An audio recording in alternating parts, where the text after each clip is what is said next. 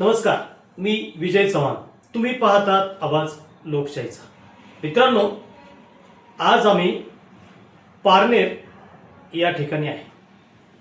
पारनेर या ठिकाणी येण्यामागचं एक वेगळं कारण आहे. इथे आम्ही ज्या ठिकाणी आलो त्या ठिकाणी आनंद हॉस्पिटल असं नाव असणारं एक रुग्णालयाची सेवा करणारं व्यक्तिमत्व आहे. आणि ते व्यक्तिमत्व पारनेरसाठी मर्यादित नाही, तर फातिमा सावित्री विचार मंच नावाने महाराष्ट्रभर काम करत आहे. तुम्ही पहा, हा जो सर्व साज दिसतोय, हा साज माणसानं माणसासाठी माणसाप्रमाणे आणि माणुसकीनं केलेल्या कार्याचा सत्कार आहे.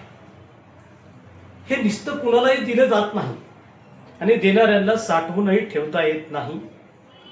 ते असतं कर्तव्यातलं केलेल्या कामाचं खऱ्या अर्थानं झालेलं संकल्प. इथे एक वाक्य लिहिलं आहे, क्षणाक्षणा हाच विचार करावा विचार, तारावया पार भावशेंदू, नाशिवंत देह जाणार सकळ, आयुष्य खातो काळ सावधान.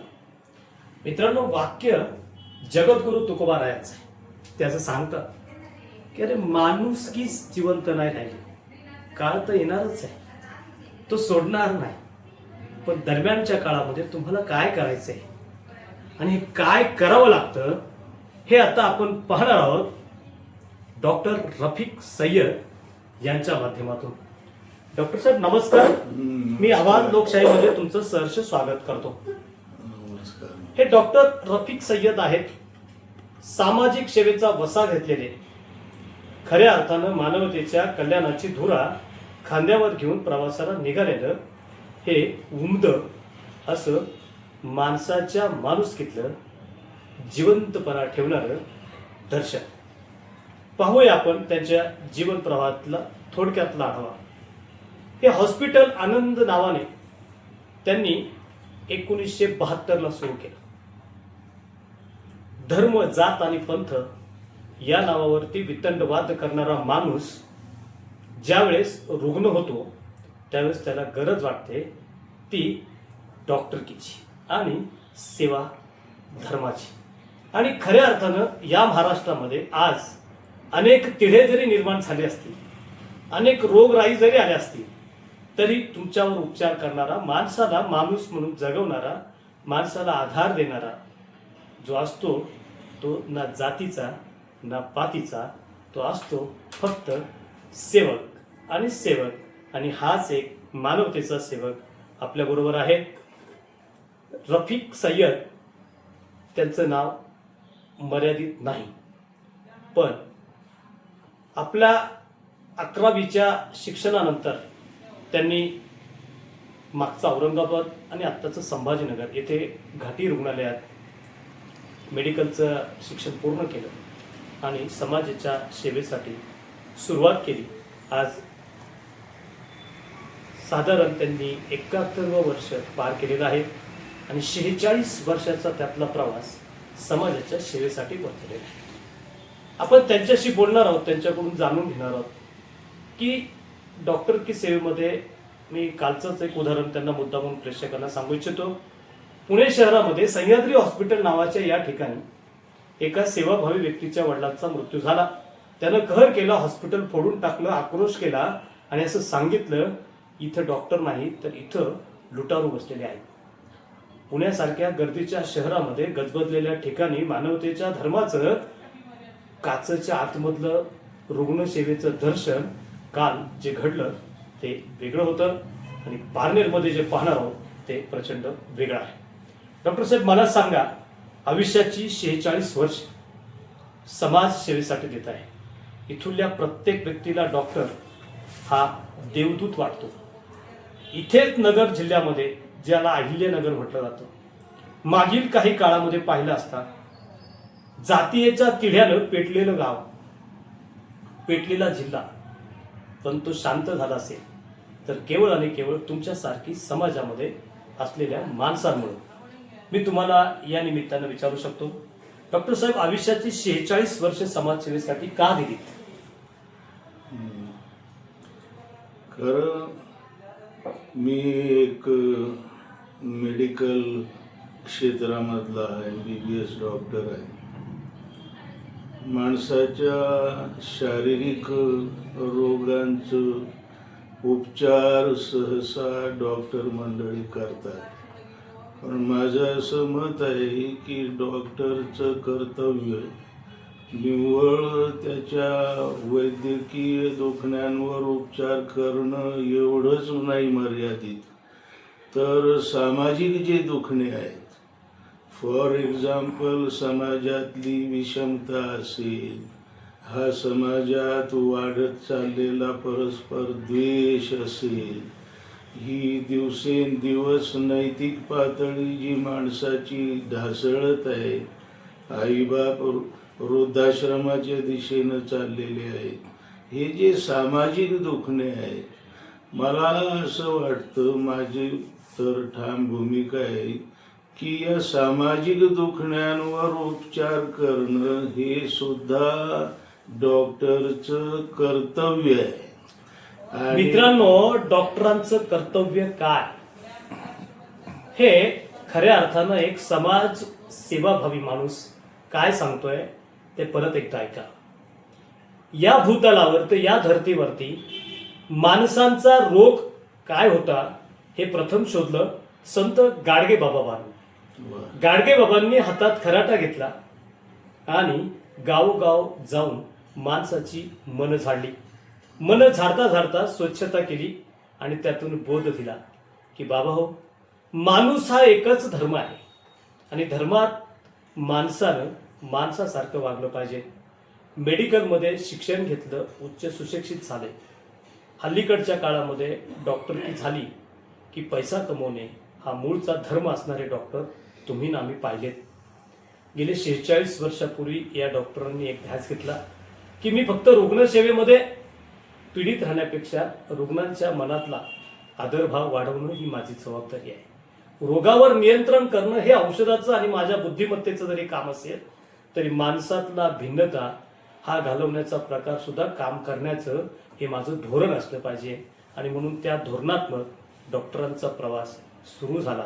डॉक्टर पुढे काय म्हणाल?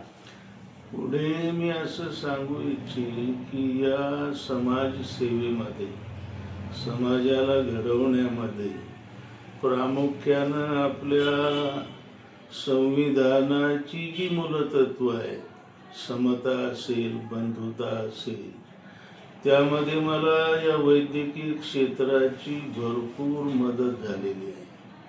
आणि मी नेहमी रुग्णांना, समाजाला सांगत असतो की आपण प्रॅक्टिकली एका मुस्लिम बांधवाचं ब्लड एका हिंदू, मराठा, जैन, ख्रिश्चन, बौद्ध बांधवाला ट्रान्सफ्यूज करतो आणि त्याच्या उलट एका हिंदू बांधवाचं रक्त मुस्लिमाला ट्रान्सफ्यूज करतो आणि रिॲक्शन येत नाही, खाजव येत नाही, उलट ते चालतं. माझे तर शब्द आहेत की ते पळतं, जीवदान भेटतं.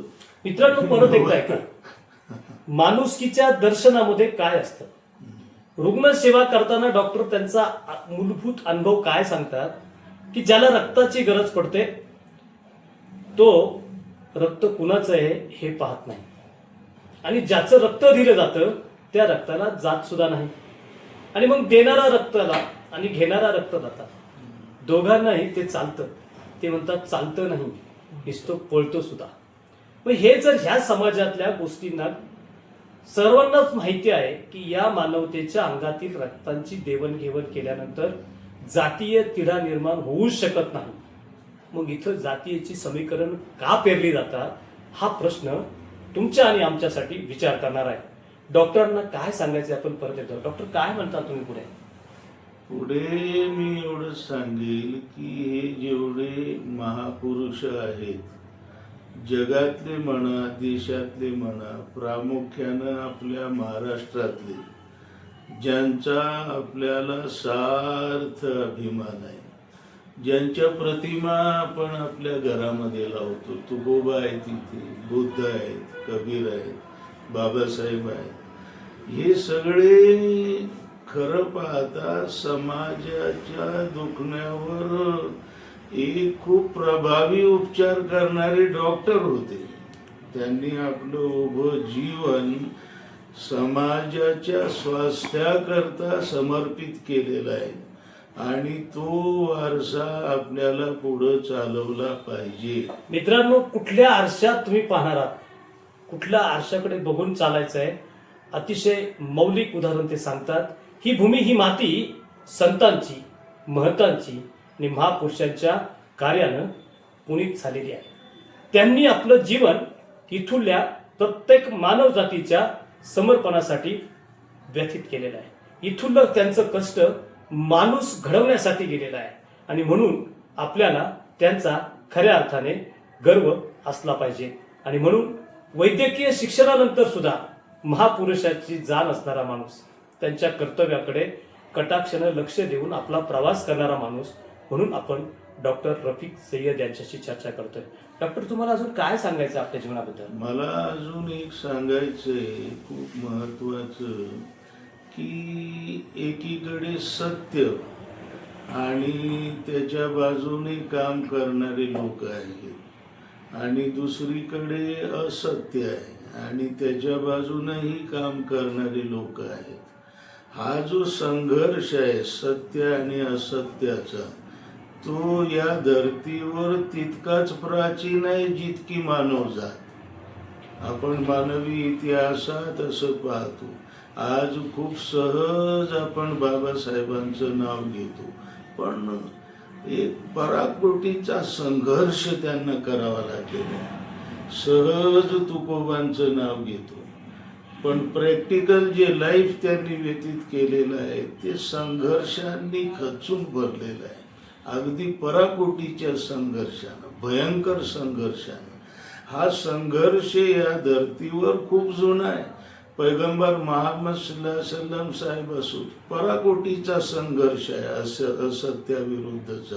हा संघर्ष खूप प्राचीन आहे, तो आजही आहे आणि तो उद्याही राहील.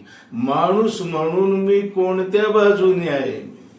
मी सत्याच्या बाजूने लढतोय की असत्याच्या बाजूने? हे मित्रांनो, काय प्रश्न आहे बघा. जे कोणी या व्हिडिओ पाहणार असतील, हे आमच्याकडून हे तुम्ही लक्ष घ्या. सत्य आणि असत्याच्या प्रभावामध्ये तुम्ही कुठे आहात हे तुम्हाला शोधणं काळाची गरज आहे. इथुल्या महामानवांची नावं तुम्ही सहज घेऊ शकता, पण त्यांच्या जीवन प्रवासातील त्यांच्या घडामोडी ह्या प्रामुख्याने लक्षात घेतल्या पाहिजेत. हे जीवन त्यांनी इथं समर्पित करताना कष्टदायक, प्रचंड व्याधीतून उभं केलेलं आणि माणूस घडवण्यासाठी व्यथित केलेलं आहे. डॉक्टर बाबासाहेब आंबेडकर असतील, जगद्गुरू तुकोबाराय असतील, या सर्वांना सहजतेनं तुम्ही नावापुढे आणू शकता, पण त्यांच्या कार्यप्रणालीला आयुष्यामध्ये वाहून घेताना तुम्हालाही थोडासा विचार करावा लागतो आणि तो केलाच तर माणूस माणसासाठी माणसाप्रमाणे वागेल यात शंका राहणार नाही. म्हणून सत्य की असत्य आणि या सत्य असत्यामध्ये तुम्ही आणि मी कुठं, हा प्रश्न डॉक्टर साहेब उपस्थित करतात. मी या निमित्तानं डॉक्टर साहेबांना एक आठवण करून देतो की वामनदादा कर्डक नावाचा एक कवी असं म्हणतो, मानसा मी तुझे असे गीत गावे, मानसा मी तुझे असे गीत गावे की त्यामध्ये तुझे हित व्हावे. माणसांनो, कसं वागलं पाहिजे की मी तुमच्यासाठी असं वागलो पाहिजे की त्यातून तुमचं हित झालं पाहिजे.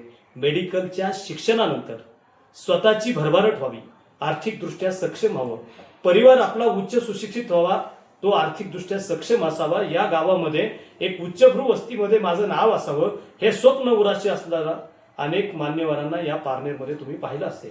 पण मी जगताना दुसऱ्यालाही जगवता आलं पाहिजे आणि तो जगणारा माणूस माणूस म्हणून मी पाहिला पाहिजे. ही जी भूमिका उराशी आहे ते डॉक्टर रफिक सय्यद. आपण त्यांना विचारूया, डॉक्टर, या समाजातील सद्य परिस्थितीनुसार तुम्हाला काय आठवतं, काय सांगता तुम्ही? आपण सद्य परिस्थिती असो की त्रिकाला बाधित, कबीरांचं मला एक खूप भावतं. पैगंबरांचाच उपदेश संत कबीर मामूली हस्ती नाही, सिम्बॉल ऑफ नॉलेज असलेले. भारतरत्न पुरस्काराने ज्यांना सन्मानित केलं गेलं ते डॉक्टर बाबासाहेब आंबेडकर कबीरांना गुरुस्थानी मानतात. कबीर काय म्हटले माहिती, जीवनाच्या यशस्वीतेसाठी जीवनाचं सार्थक कशात आहे ते म्हणतात, कबीरा जब हम पैदा हुए जग हसे हम रोए, ऐसी करनी कर चलो हम हसे जग रोए. काय ग्रेट संदेश आहे. हे हॉस्पिटल आहे आपलं, मागं डिलिव्हरी रूम आहे आणि डिलिव्हरी चालू असताना इथं ओपीडीत बसून मला कळतं डिलिव्हरी झाली. कसं कळतं माहिती आहे, त्या लेकराच्या बोंबलण्याचा आवाज येतो इथे आणि मला कळालं की डिलिव्हरी झाली. निश्चिंत झालो. तुम दुनिया में आहे तो रोते. 5-10 मिनिटात इथं मिठाई येते, इथं पेढे येतात. म्हणजे तू आला बोंबलत आणि लोक पेढे वाटतायत. कबीर म्हणतायत, मूर्खा जग असं की जाताना आहे ना उलट परिस्थिती व्हावी. आला होता रडत जावं हसत, मात्र ज्यांनी पेढे वाटले तुझ्या करता त्यांच्या डोळ्यात अश्रू यावे. मित्रांनो, खऱ्या अर्थाचा बोध त्यांनी दिला कबीरांचा. कबीर असं म्हणतात की ज्या माणसांचा जन्म होतो त्यावेळेस त्याच्या रडण्याच्या आवाजानं त्याची सुरुवात होते, पण लोकांमध्ये आनंदासाठी पेढे भरवले जातात. ही भूमिका खऱ्या अर्थानं त्याच्या अंतिम टप्प्यात यायला पाहिजे. ज्यावेळेस ते हे जग सोडून जाईल त्यावेळेस लोकांना असा हेवा वाटला पाहिजे की एक माणूस आपल्या रक्ताचा, हाडामासाचा आणि समाजाचा हरपलेला आहे, म्हणून खऱ्या अर्थानं आपण त्याच्यासाठी जमा झालं पाहिजे. इथं उलटी गत सांगितली. ते असंही म्हणतात की ज्यानं या देशाचं संविधान दिलं, इथुल्या मानवाला, प्राण्याला, इथुल्या पशु आणि पक्ष्याला, आणि विशेष म्हणजे मैताला सुद्धा ज्यांना अधिकार दिला त्या डॉक्टर बाबासाहेब आंबेडकरांनं त्यांना गुरुस्थानी मानलं. म्हणजे ज्यांनी कबीर पाहिलेच नव्हते त्यांना सुद्धा ते गुरु मानतात. अशा एका महामानवाचा खऱ्या अर्थानं संविधानावरती शिक्कामोर्तब झालेला विषय मानवाच्या जीवन कल्याणाची पुस्तिका म्हणून संबोधला जातो आणि त्याचाच मतितार्थ असेल तर त्याच्या पाठीमागची जी प्रेरणा आहे ते संत कबीर आहेत असं डॉक्टर सांगतात.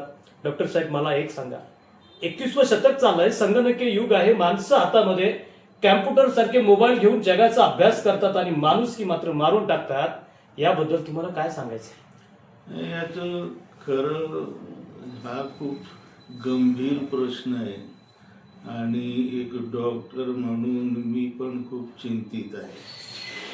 एक असं पेशंट असावं की ज्याच्याविषयी डॉक्टरांनी आता सांगावं की आता काय खरं नाही, तुम्ही हे पेशंट घरी घेऊन जा. अशी परिस्थिती समाजाची झालेली आहे.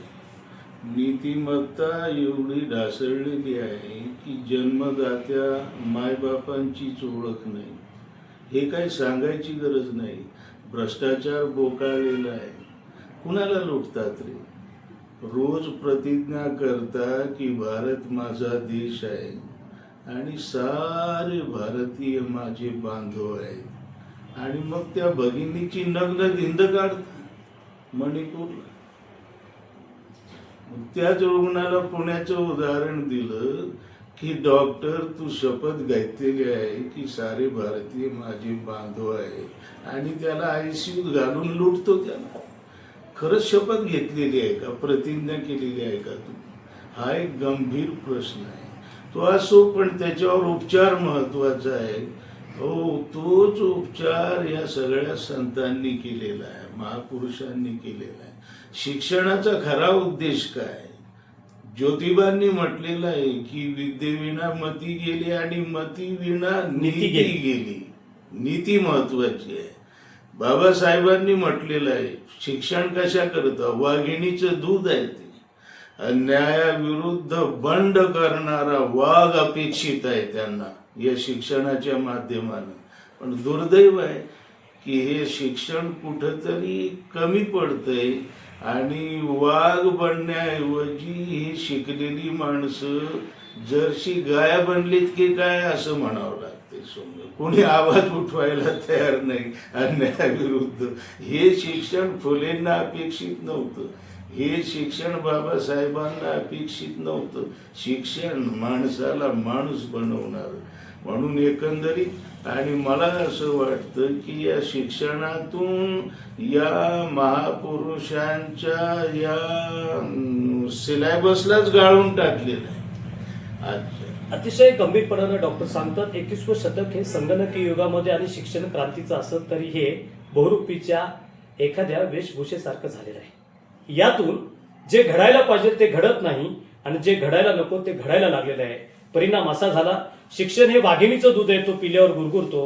ह्या बाबासाहेबांच्या शब्दाला काळीमा लागते आणि माणसं शिक्षण घेऊन वेळी झालेत, आपलीच आई बाप सांभाळण्याशी झालेत. म्हणून खऱ्या अर्थानं आता वृद्धाश्रमाच्या निर्मिती वाढत आहेत. माणसांनो, आई आणि बाप ज्याच्यापाशी त्यांना जावे काशी, अशा स्वरूपाची अनेक संतांची उदाहरणं आहेत. आणि शिकलेली मुलं आपल्याच आई वडिलांना वृद्धाश्रमात ठेवतात. म्हणजे आम्ही शिकलोयत का? आम्ही 21व्या शतकाकडे चाललोय का? हा प्रश्न फार मोठा आणि विचार करणार आहे. तसेच हा संशोधनाचा सुद्धा विषय आहे. मी असं सांगेन, जगद्गुरु तुकोबराय असे म्हणतात, कीर्ती धोंडा पाणी देव रोकडा सचेन. याच्यावरून एक उदाहरण सांगू शकतो. एका वृद्धानं माळावर पडलेल्या दगडाला छेनी हातोड्यानं आकार दिला, त्याला देव बनवलं. तो देव देवळात गेला आणि ज्यानं बनवलं तो थकला. त्याला असं कळालं देव नवसाला पावतो, म्हणून मंदिराच्या पुढे तो बसायला गेला. लोकांनी सांगितलं, भिकाऱ्या जरा बाजूला बस. आणि तुकोबाचे शब्द आठवले, कीर्ती धोंडा पाणी देव रोक. ज्यानं देव बनवला, ज्यानं दगडाला आकार दिला, त्याला लोक हाकलून लावत होती. माणसांनो, अशा स्वरूपाची भूमिका आता भूतलावर सुरू आहे की काय, असा प्रश्न या निमित्ताने पुढे येतो. देव दैवतांच्या ठिकाणी आमच्या अनाथ लोक आहेत, ज्यांना खायला अन्न नाहीये, निवारा नाही, अशी माणसं तिथं देवापुढे याचनेने बसलेले आहेत. मग आम्हाला प्रश्न पडतो, देवा तू नक्की पाहतो तरी कोणाकडे? म्हणून माणूस हा माणसात देव आहे आणि माणसानं माणसाकडे पाहावं, त्याचं दैवत्व निर्माण करावं, एकानं दुसऱ्याला आधार द्यावा, आधारानं आधार निर्माण करावा, माणसांची एक अशी चैन करावी, एक असा गुंफून हार करावा की त्यातून माणुसकीचा झरा निर्माण व्हावा. अशाच एका महा व्यक्तीला ज्यानं सावित्री फातिमा विचार मंच नावाने राज्यभर आपल्या कार्याचा वसा सुरू केलेला आहे. महाराष्ट्रभर फिरतात. त्यांनी जगद्गुरु तुकोबाराय सांगायला सुरुवात केली. जगद्गुरु तुकोबाराय हे साधं सोपं असं नव्हतं, पण तरी त्यांना सुद्धा वैकुंठवासी करणाऱ्यांची सारखी अशी एक योजना या भूतलावरती निर्माण झाली आणि त्याकडे अजून कोणी गांभीर्यानं पाहत नाही. ही दुर्दैवाची गोष्ट आहे. शिकले सवरले आणि वायाला गेले असं म्हणल्यास चालत, पण मी अजून असं सांगतो की ज्यानं वैद्यकीय शिक्षण घेतलं त्यानं नुसत्या रुग्णांची सेवा करायचं सोडून रुग्णांना माणूस बनवण्याचं काम सुद्धा सुरू केलेलं आहे. अशा या ठिकाणी आपण आलेलो आहोत. डॉक्टर साहेब, तुम्ही आलात, आम्हाला आवाज लोकशाहीशी बातचीत केली, आम्ही तुमचे खूप खूप आभार. धन्यवाद. धन्यवाद.